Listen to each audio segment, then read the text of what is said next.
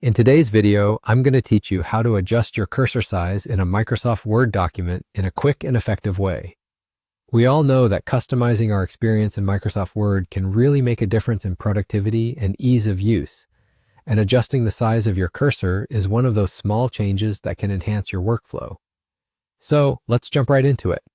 To start, open your Microsoft Word file. Once the document is open, you'll immediately notice the blinking cursor on the blank page.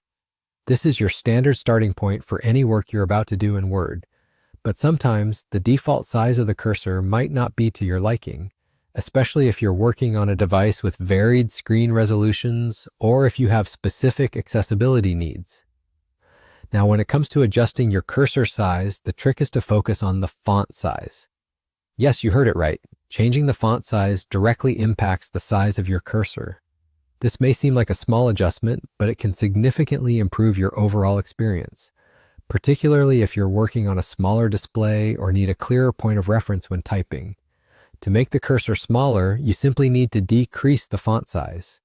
It's quite straightforward. Highlight the text or set your cursor where you wish the size change to take effect.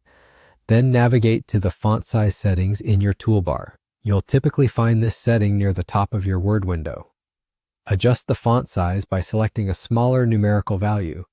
As you reduce the font size, you'll observe that the cursor also becomes smaller, giving you a more compact and perhaps more manageable view of your text input area. This process is particularly helpful for those who might be creating detailed documents where precision is key, or if you want to fit more content on the screen without constant scrolling. Keep experimenting with the font sizes until you find the one that provides the best balance of visibility and functionality for your particular needs. It's a small tweak, but it can mean a lot for efficiency and comfort, especially during long hours in front of the screen. And that's it. Once you've adjusted your font size and consequently your cursor size, you're done.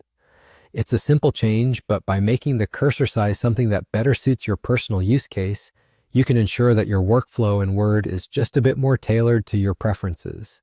Remember, the key to a good digital workspace often lies in these small yet significant personal adjustments. Thanks for tuning in today, and I hope you found this guide helpful. Feel free to try this out and see how it changes your writing experience. Until next time, take care and happy typing.